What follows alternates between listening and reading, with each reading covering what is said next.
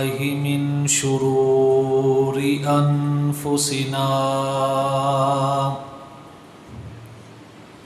ومن سيئات أعمالنا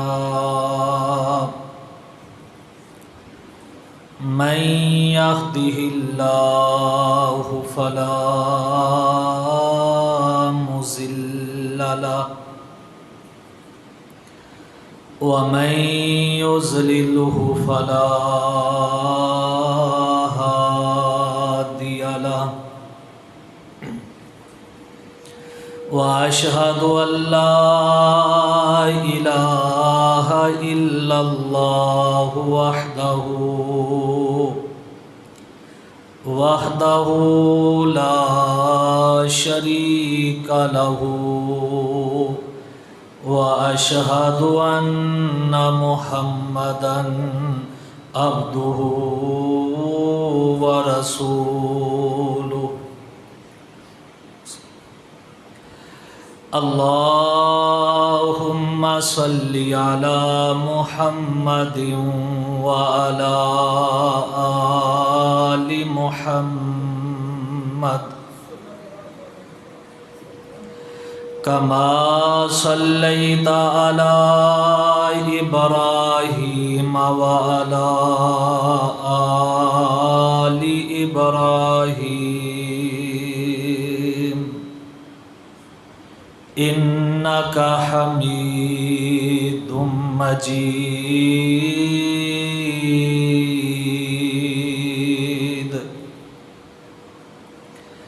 اللهم بارك على محمد وعلى آل محمد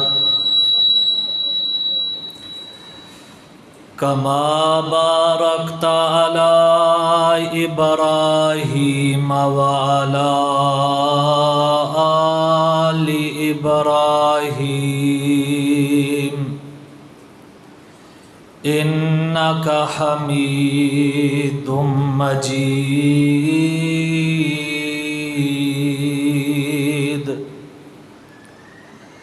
أما بعد فإن خير الحديث كتاب الله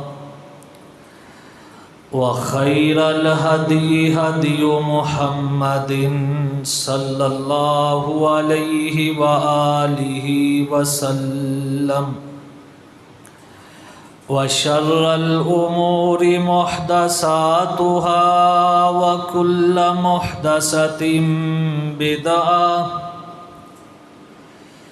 وكل بدعة ضلالة وكل ضلالة في النار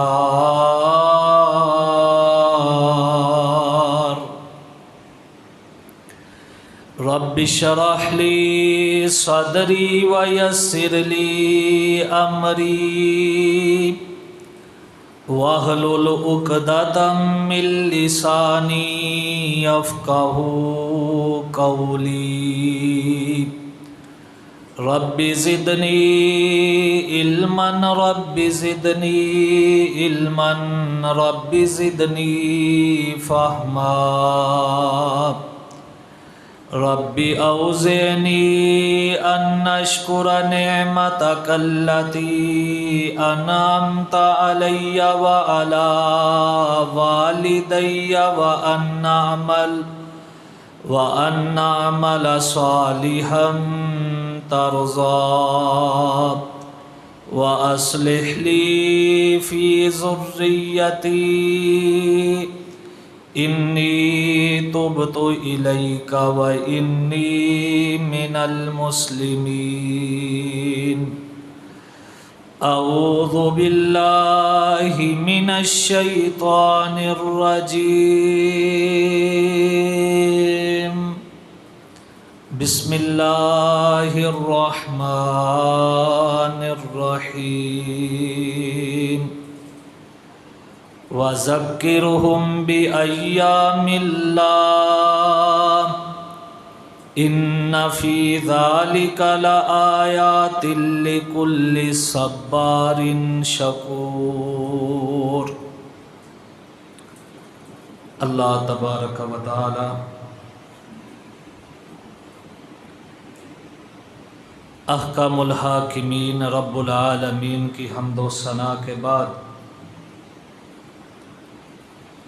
بے شمار درود و سلام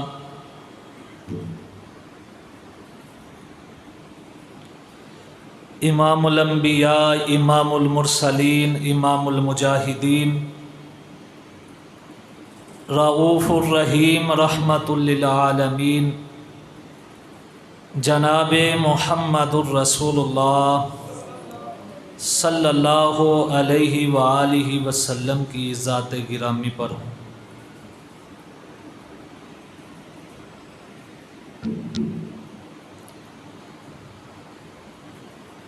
اسلامی سال کا پہلا مہینہ ماہ محرم ہے،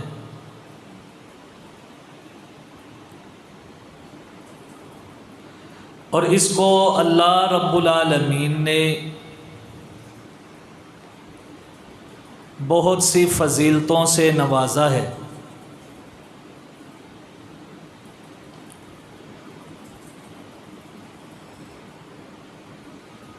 اور ایک بات یاد رکھیں،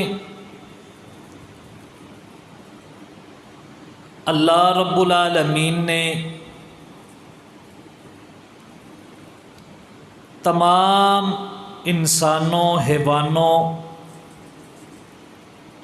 کو پیدا کیا ہے۔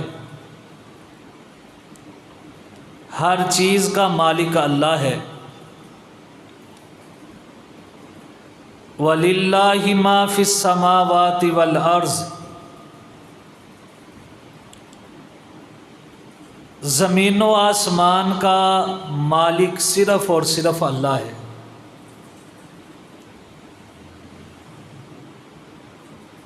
حضرات، جب ہر چیز کو بنانے والا، پیدا کرنے والا اللہ ہے، تو قرآن مجید آپ پڑھیں،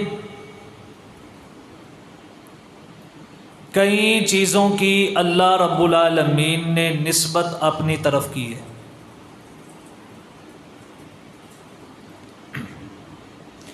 اور اس نسبت کو تعظیمی نسبت کہتے ہیں کہ اللہ رب العالمین نے اس کی شان، مقام اور مرتبہ بیان کیا ہے۔ اونٹ تو اللہ رب العالمین نے پیدا کیے، سارے کے سارے۔ افلا ينظرون الى الابل کیف خلقت، لیکن صالح علیہ السلام کی اونٹنی کو قرآن مجید میں اللہ رب العالمین نے ناقۃ اللہ، اللہ کی اونٹنی کہہ کر پکارا ہے۔ تو کیا مطلب ہے کہ یہ اونٹنی عام اونٹوں جیسی نہیں، عام اونٹنیوں جیسی نہیں، بلکہ یہ اللہ رب العالمین کی خاص نشانی تھی۔ اسی طرح انسان اللہ نے پیدا کیے،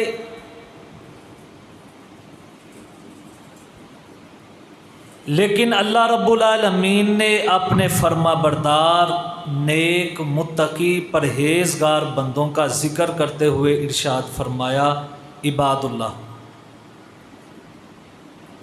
اور عباد الرحمن ہیں تو سارے ہی اللہ کے بندے، لیکن جو فرما بردار، مطیع، تابع دار ہیں، ان کو اللہ نے اپنے بندے کہا ہے، عباد اللہ۔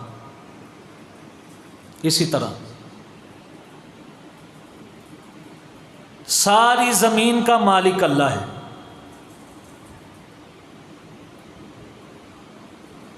کعبہ کی باری آئی تو فرمایا کعبۃ اللہ، اللہ کا کعبہ۔ اسی طرح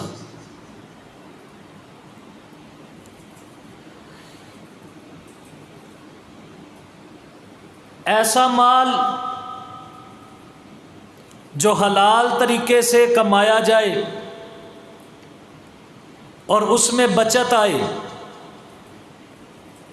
اس میں نفع ہو، اس کو قرآن مجید نے بقیت اللہ کہہ کر پکارا ہے کہ یہ اللہ رب العالمین کا خاص فضل اور کرم ہے۔ اور اسی طرح دن، مہینے سارے کے سارے اللہ نے بنائے ہیں، لیکن اللہ رب العالمین نے ارشاد فرمایا وَذَكِّرْهُمْ بِأَيَّامِ اللَّهِ، اللہ کے دنوں میں ان کو نصیحت کیجیے۔ وہ اللہ کے دن کون سے ہیں؟ جو محرم کے دن ہیں۔ حدیث میں آتا ہے شہر اللہ المحرم، اللہ کا جو مہینہ ہے وہ محرم ہے، شہر اللہ المحرم۔ حالانکہ صفر، ذوالقعدہ، ذوالحجہ، شعبان، رمضان، جمادی الاولیٰ، جمادی الثانی، رجب، ربیع الاول، ربیع الثانی، یہ سارے کے سارے مہینے اللہ نے بنائے ہیں، لیکن اللہ رب العالمین نے محرم کے بارے میں کہا شہر اللہ، یہ اللہ کا مہینہ۔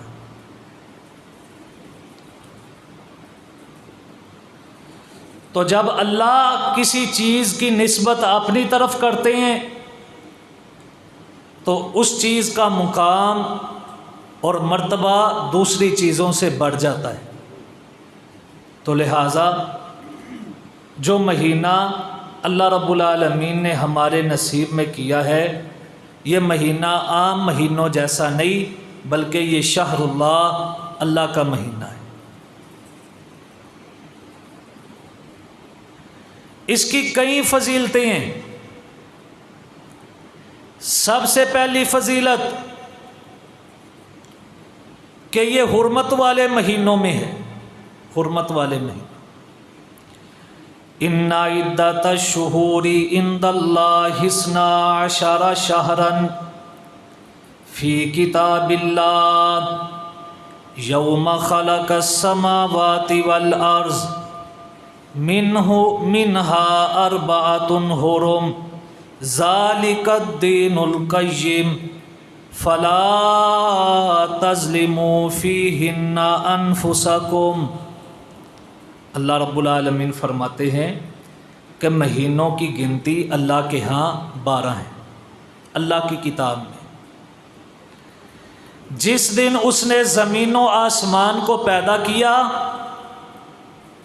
اس دن سے اللہ کے ہاں، اللہ کی کتاب میں مہینوں کی گنتی 12 ہی ہے، 12 سے زائد مہینے نہیں۔ اور فرمایا ان میں 4 جو مہینے ہیں وہ حرمت والے ہیں، اور یہ ایسے مہینے ہیں کہ ان کا احترام مشرکین مکہ بھی کرتے تھے، اور ایسے قبیلے بھی کرتے تھے کہ جن کی روٹی صرف لوٹ مار پہ چلتی تھی، وہ لوگوں سے مال چھینتے اور اپنے گھر کا چولہا چلاتے، وہ بھی ان مہینوں کا احترام کرتے۔ وہ مہینے کون کون سے ہیں؟ 3 اکٹھے آتے ہیں، ذوالقعدہ، ذوالحجہ اور محرم، اور ایک رجب کا مہینہ۔ فرمایا منہا 4 حرم، ان 12 مہینوں میں 4 مہینے حرمت والے، ذوالقعدہ، ذوالحجہ، محرم اور رجب۔ ان مہینوں کا احترام لازمی ہے، اور محرم بھی ان مہینوں میں ہے کہ جن میں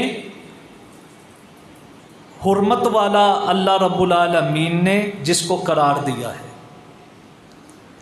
ایک اللہ کا مہینہ اور دوسرا حرمت والا مہینہ۔ اب دیکھیں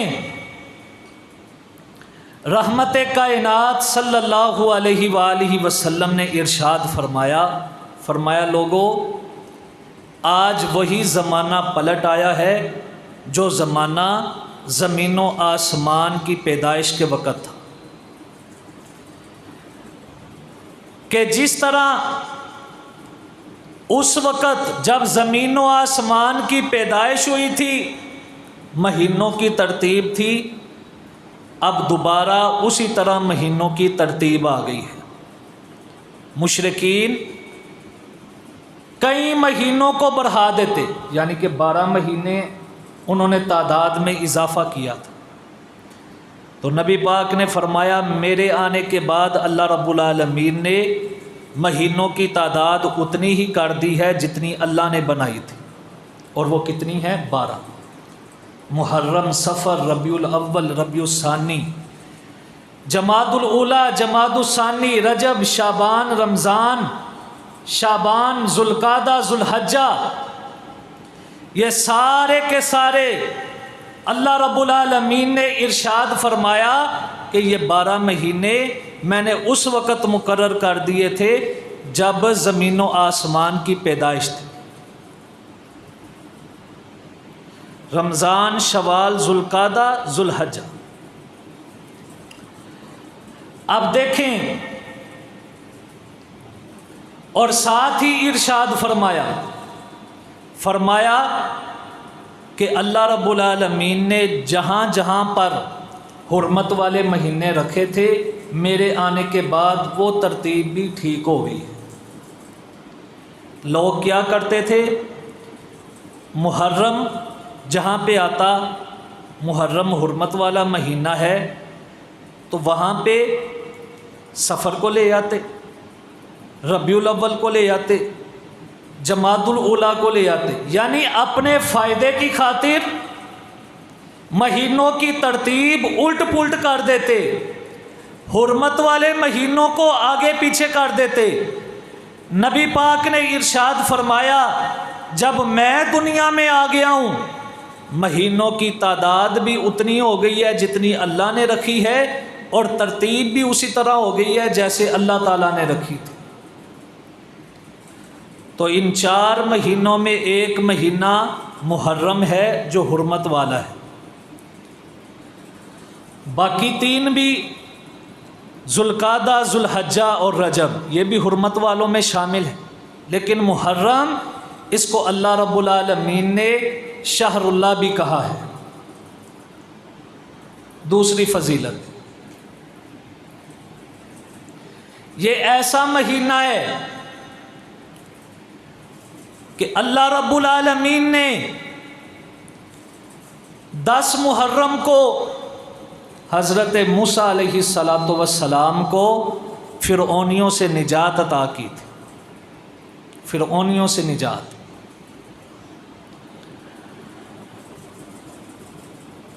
اور حضرات جب رحمت کائنات صلی اللہ علیہ وآلہ وسلم مدینہ میں تشریف لائے تو دیکھا کہ یہود و نصارہ جو ہیں وہ بھی مدینہ میں رہتے ہیں، تو یہود 10 ذوالحجہ کا روزہ رکھتے تھے۔ آپ نے پوچھا یہ 10 ذوالحجہ کا روزہ کیوں رکھتے ہیں؟ تو بتایا گیا کہ اس دن کو اللہ رب العالمین نے موسیٰ علیہ السلام اور ان کی قوم کو فرعونیوں سے نجات دی تھی۔ تو آپ نے فرمایا موسیٰ علیہ السلام ہمارے زیادہ قریب ہیں، ہم بھی 10 ذوالحجہ کا روزہ رکھیں گے۔ اب جب آپ مکہ میں تھے آپ مکہ میں بھی 10 ذوالحجہ کا روزہ رکھتے تھے، اور آپ یہ بات سن کر حیران ہوں گے کہ مشرکین بھی 10 محرم کا روزہ رکھتے تھے۔ نبی پاک بھی 10 محرم کا روزہ رکھتے اور مشرکین بھی 10 محرم کا روزہ رکھتے۔ مدینہ میں آئے، خود بھی روزہ رکھا 10 محرم کا، اور لوگوں کو بھی حکم دیا 10 محرم کا روزہ رکھا کرو۔ جب رمضان کے روزے فرض ہو گئے، پھر اللہ کے نبی صلی اللہ علیہ وآلہ وسلم نے ارشاد فرمایا جس کا دل کرے وہ 10 محرم کا روزہ رکھ لے، کیونکہ فرضی روزے جو اللہ نے کیے ہیں وہ ماہ رمضان کے ہیں۔ اور نبی پاک صلی اللہ علیہ وآلہ وسلم نے 10 محرم کے روزے کی فضیلت یہ بیان کی ہے۔ آپ نے فرمایا جو بندہ 10 محرم کا روزہ رکھتا ہے اللہ رب العالمین اس کے 1 سال کے گناہوں کو معاف کر دیتے ہیں۔ اب چونکہ یہود بھی 10 محرم کا روزہ رکھتے تھے، خالف الیہود والنصارى، یہود و نصارہ کی مخالفت کرنی، تو فرمایا 1 دن پہلے روزہ رکھ لو یا 1 دن بعد کا روزہ رکھ لو، یعنی 2 روزے رکھنے، 10 محرم کا یا 11 محرم کا یا 10 اور 9 محرم کا، کیونکہ 7 10 محرم کا روزہ بھی ہو جائے گا اور یہود کی مخالفت بھی ہو جائے گی۔ جو بندہ 10 محرم کا روزہ رکھتا ہے فرمایا اللہ رب العالمین 1 سال کے گناہوں کو معاف کر دیتے ہیں۔ اسی طرح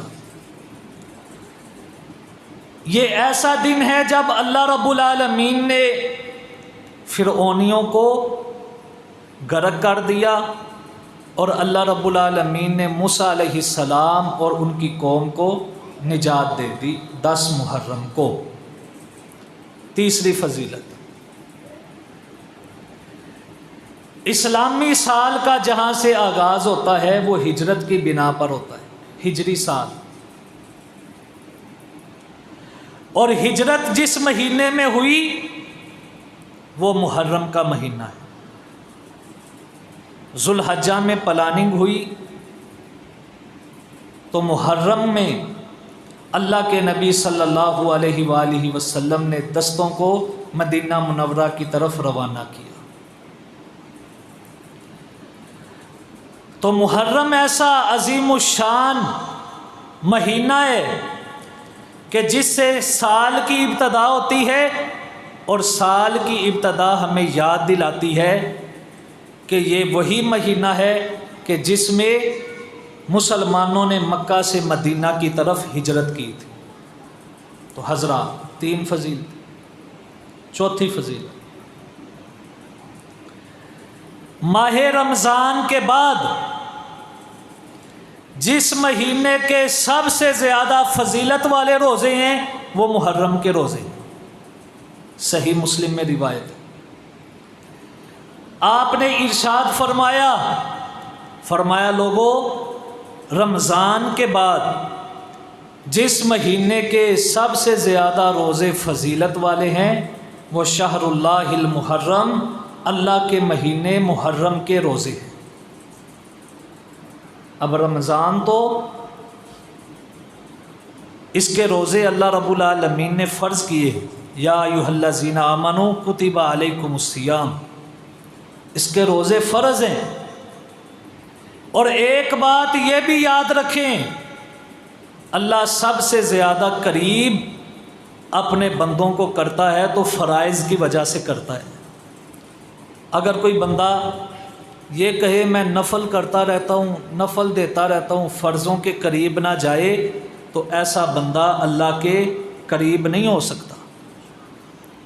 ایک بندہ زکوٰۃ ادا نہ کرے اور کہے میں ہر مہینے برا اللہ کی راہ میں خرچ کرتا ہوں، لیکن جو نصاب ہے اس کو خرچ نہ کرے، چاہے وہ نصاب سے زیادہ ہی کیوں نہ خرچ کر دے زکوٰۃ کے، اللہ رب العالمین اس کے قریب نہیں ہوں گے، نہ اس کو اپنا قریب کریں گے۔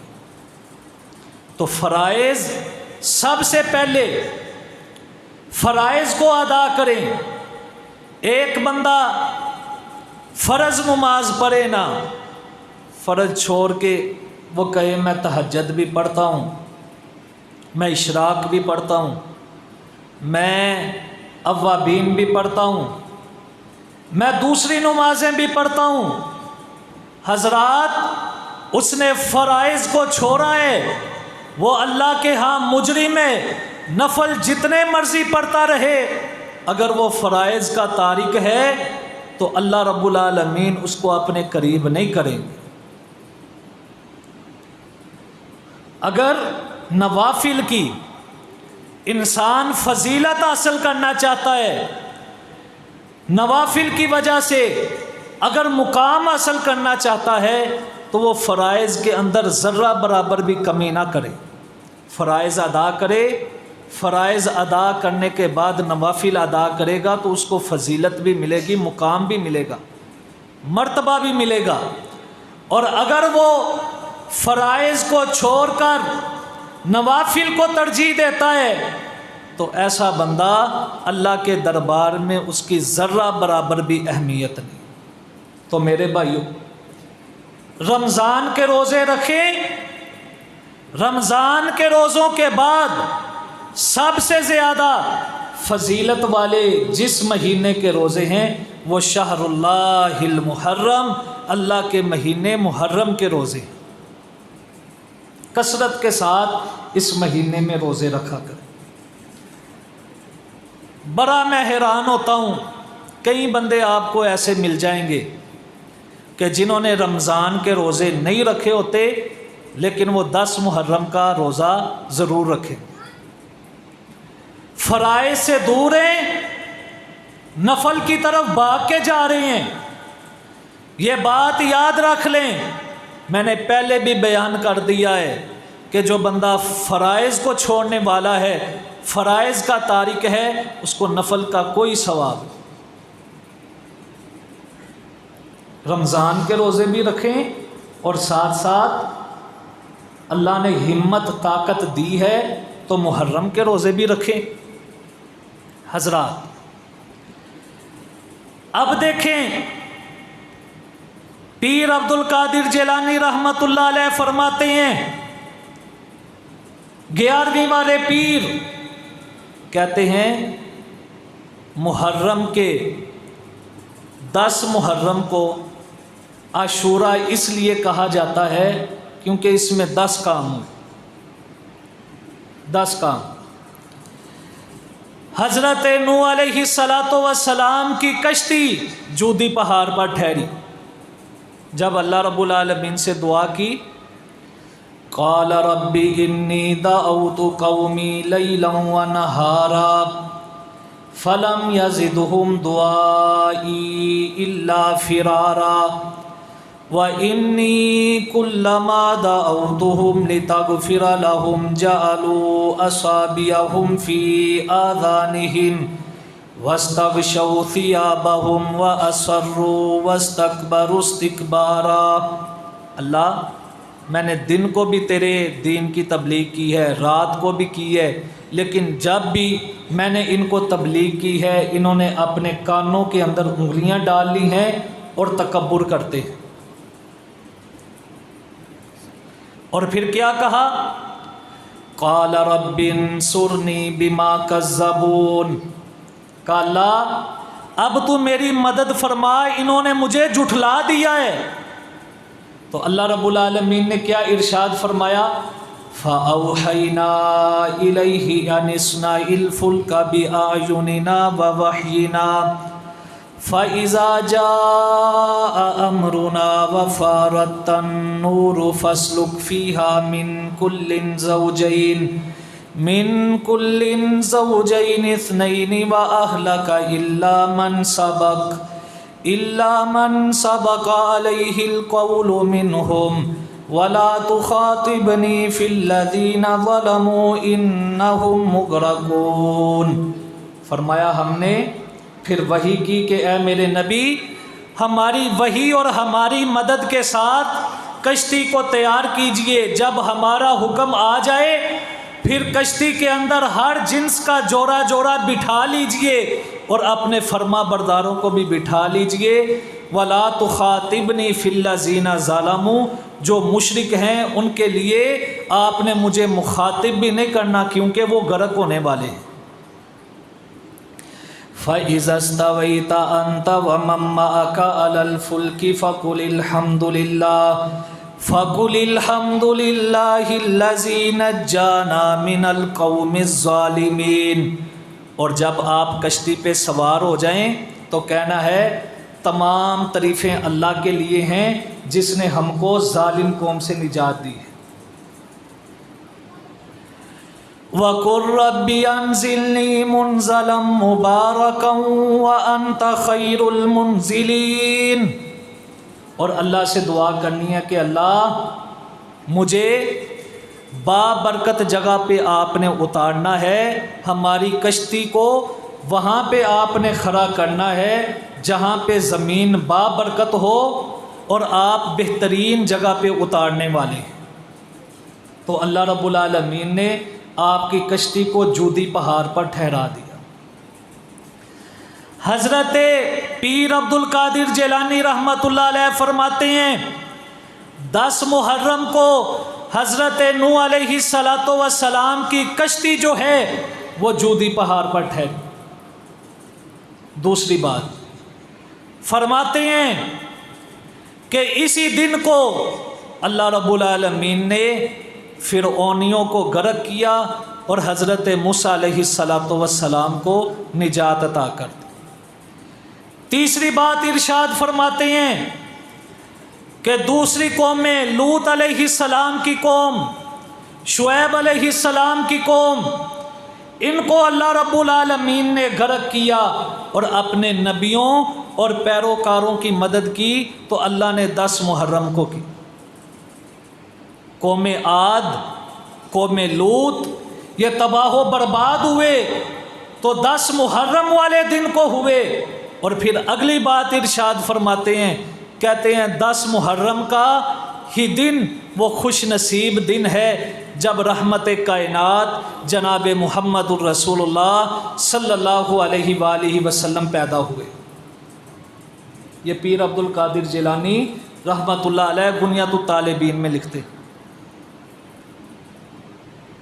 انہوں نے 9 ربیع الاول نہیں کہا، 12 ربیع الاول نہیں کہا، بلکہ 10 محرم کو کہا۔ میری بات نہیں، بنیاد الطالبین پیر عبد القادر جیلانی رحمۃ اللہ علیہ 10 محرم کو رحمت کائنات جناب محمد الرسول اللہ صلی اللہ علیہ وآلہ وسلم دنیا میں تشریف لائے۔ پیر صاحب فرماتے ہیں حضرات تو یہ ماہ محرم اللہ کا مہینہ، یہ ماہ محرم جس میں عاشورہ ہے، جس کا روزہ رکھنے کی فضیلت 1 سال کے گناہوں کا کفارہ ہے، یہ ماہ محرم جس کے روزے ماہ رمضان کے بعد سب سے زیادہ فضیلت والے ہیں، یہ ماہ محرم کہ جس میں اسلامی سال کا آغاز ہوتا ہے، یہ ماہ محرم کہ جس میں مسلمانوں نے مدینہ کی طرف ہجرت کی ہے، اور یہ ماہ محرم کہ جس میں اللہ رب العالمین نے موسیٰ علیہ السلام کو اور ان کے پیروکاروں کو فرعون اور ان کے پیروکاروں سے نجات دی ہے۔ یہ وہ مہینہ ہے کہ جس میں حضرت نوح علیہ السلام کی کشتی جودی پہاڑ پر ٹھہری، اور یہ وہ مہینہ ہے کہ جس میں اللہ رب العالمین نے دوسرے نبیوں کی مدد اور نصرت کی اور اللہ رب العالمین نے ان کو ظالموں سے نجات عطا فرمائی۔ اب آ جائیے، اب دیکھیں یہ مہینہ تو اللہ کا مہینہ تھا، یہ اس مہینے کے روزے تو اللہ کو سب سے زیادہ پسند تھے، لیکن ہم نے اس کو غم کا مہینہ بنا دیا، ہم نے اس کو خون کا مہینہ بنا دیا ہے۔ ہم کیا کہتے ہیں، اس مہینے میں شادی نہیں آپ نے کرنی، اس مہینے میں آپ نے خوشی والا کام نہیں کرنا۔ حضرات ایک طرف انگریزوں کا سال ہے، دسمبر کی آخری رات ہوتی ہے، حضرات ذی وقار لوگ ایک دوسرے کو مبارکباد دینے کی تیاری کرتے ہیں۔ دسمبر کا آخری سورج جب طلوع ہوتا ہے اخباروں کے اندر اس کی تصویریں لگتی ہیں، جب غروب ہوتا ہے اخباروں کے اندر ان کی تصویریں لگتی ہیں، اسلامی مہینے کو اس قدر خوفناک بنا دیا گیا ہے کہ جب یہ مہینہ آتا ہے لوگوں کے دلوں پہ خوف طاری کرنے کی کوشش کی جاتی ہے کہ نہ آپ نے اس کی مبارکباد دینی ہے، نہ آپ نے اس کے اندر کوئی شادی کرنی ہے، نہ آپ نے اس کے اندر کوئی فنکشن کرنا ہے۔ انا للہ و انا الیہ راجعون۔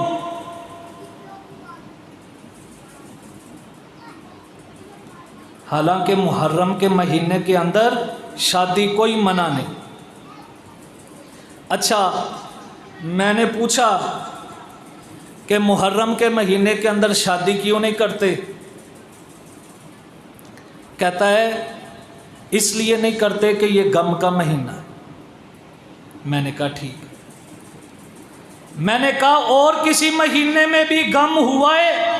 کہتا ہے نہیں، باقی سارے مہینوں میں شادی جائز ہے۔ میں نے کہا ربیع الاول کا مہینہ، ربیع الاول کا مہینہ، اس میں شادی کر سکتے ہیں؟ کہتا کر سکتے ہیں۔ میں نے کہا کیوں، یہ غم والا مہینہ نہیں؟ کہتا ہے کیسے؟ میں نے کہا تو محرم کو غم والا مہینہ کیوں کہتا ہے؟ کہتا ہے اس لیے کہتا ہوں کہ اس میں حضرت علی المرتضیٰ کے لخت جگر اور رحمت کائنات کے نواسے حضرت حسین رضی اللہ تعالیٰ عنہ شہید ہوئے ہیں، اس لیے غم والا مہینہ ہے۔ میں نے کہا بتا، مقام زیادہ اللہ کے نبی کا ہے کہ حضرت حسین کا ہے؟ کہنے لگا حضرت محمد الرسول اللہ صلی اللہ علیہ وآلہ وسلم کا ہے۔ میں نے کہا ربیع الاول تو وہ مہینہ ہے جس میں آپ اس دنیا سے گئے ہیں، بتا پھر ربیع الاول کا مہینہ زیادہ غم والا نہ ہوا؟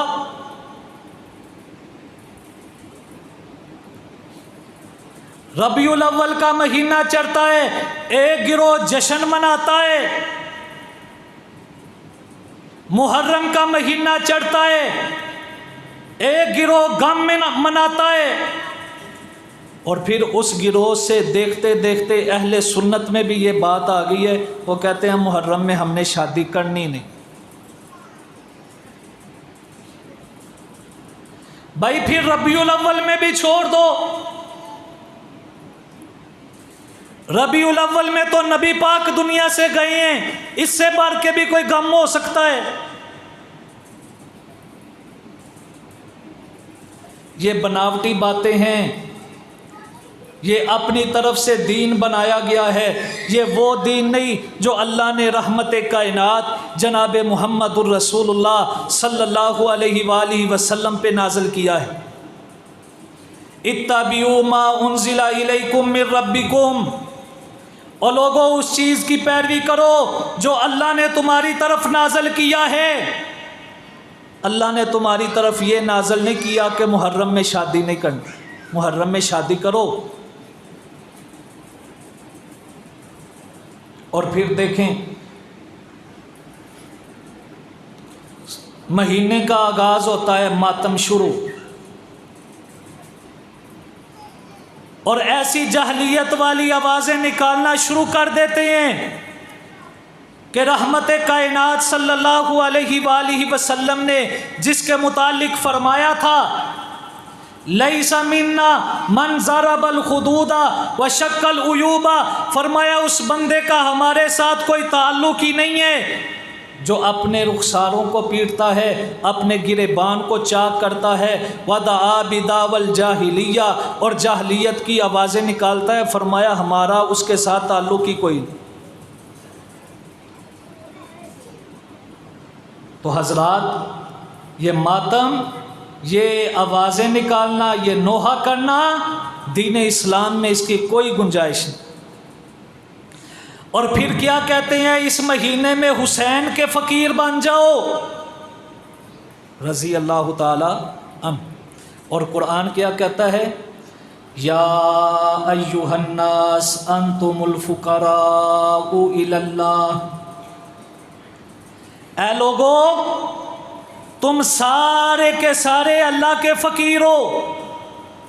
سارے کے سارے کس کے فقیر ہو؟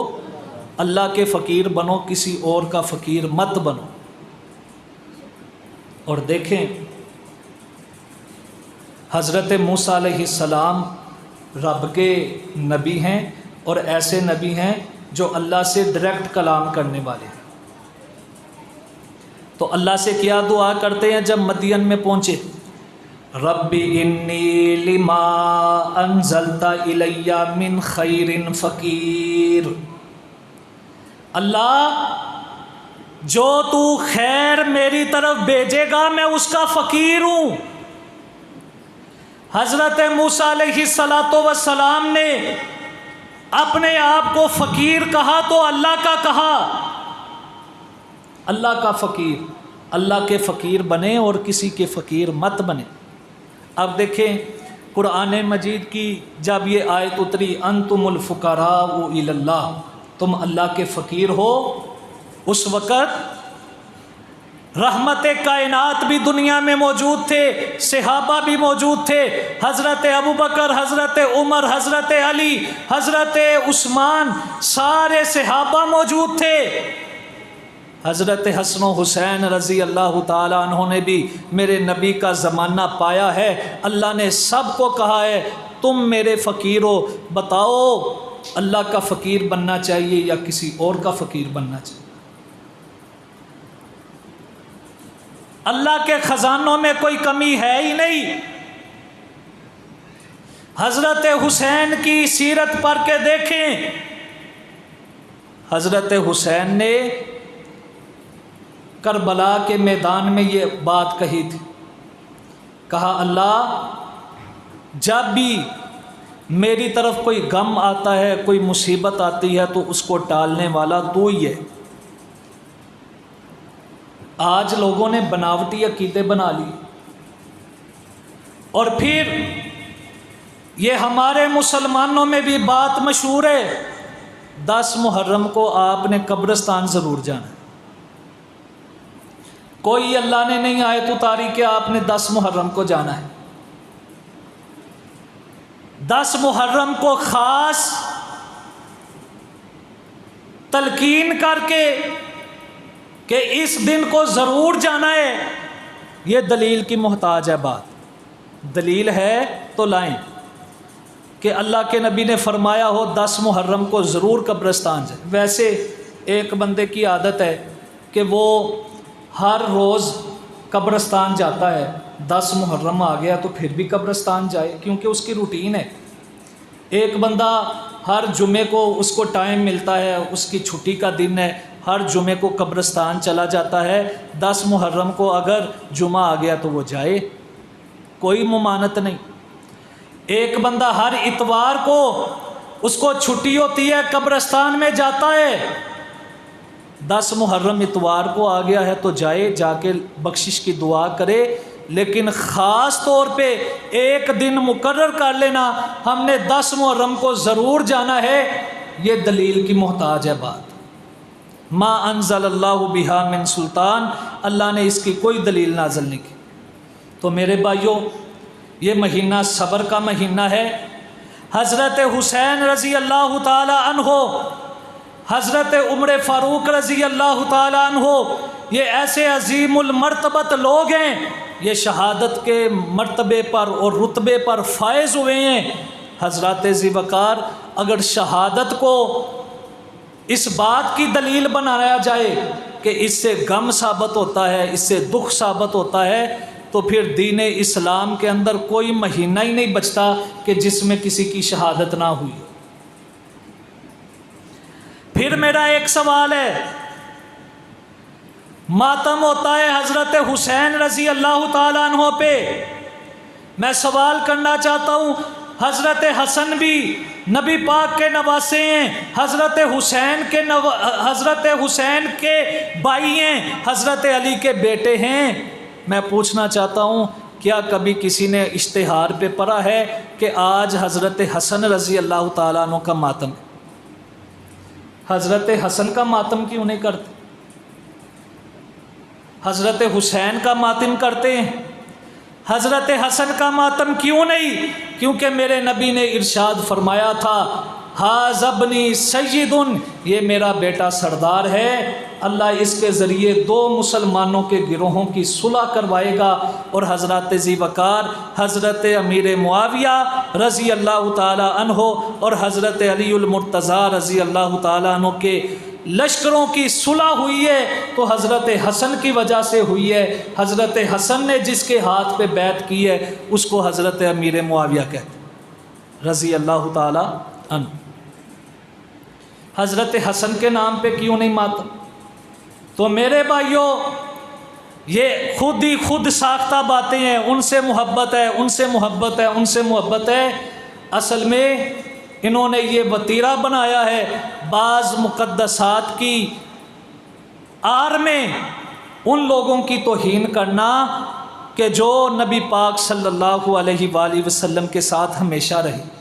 اب دیکھیں، حضرت حسین رضی اللہ تعالیٰ عنہ نے حضرت ابو بکر کے پیچھے نمازیں پڑھی ہیں، حضرت عمر کے پیچھے نمازیں پڑھی ہیں، حضرت عثمان کے پیچھے نمازیں پڑھی ہیں، بلکہ حضرت عثمان کے دروازے پہ کھڑے ہو کے چوکی داری کی ہے تو حضرت حسن اور حضرت حسین نے کی ہے اپنے بابا علی المرتضیٰ کے حکم پر۔ تو ان سب نے اپنا امام حضرت ابو بکر کو مانا ہے، عمر کو مانا ہے۔ آج جو اہل بیت کا نام لیتے ہیں وہ کیوں امام نہیں مانتے؟ حضرت حسن اور حسین نے تو مانا تھا۔ بہرحال شہر اللہ المحرم، محرم کے مہینے کو اپنے لیے غنیمت سمجھیں، اس کے زیادہ سے زیادہ روزے رکھیں، اللہ رب العالمین کا ذکر کریں، اس کی تسبیح بیان کریں۔ آخر دعوانا ان الحمدللہ۔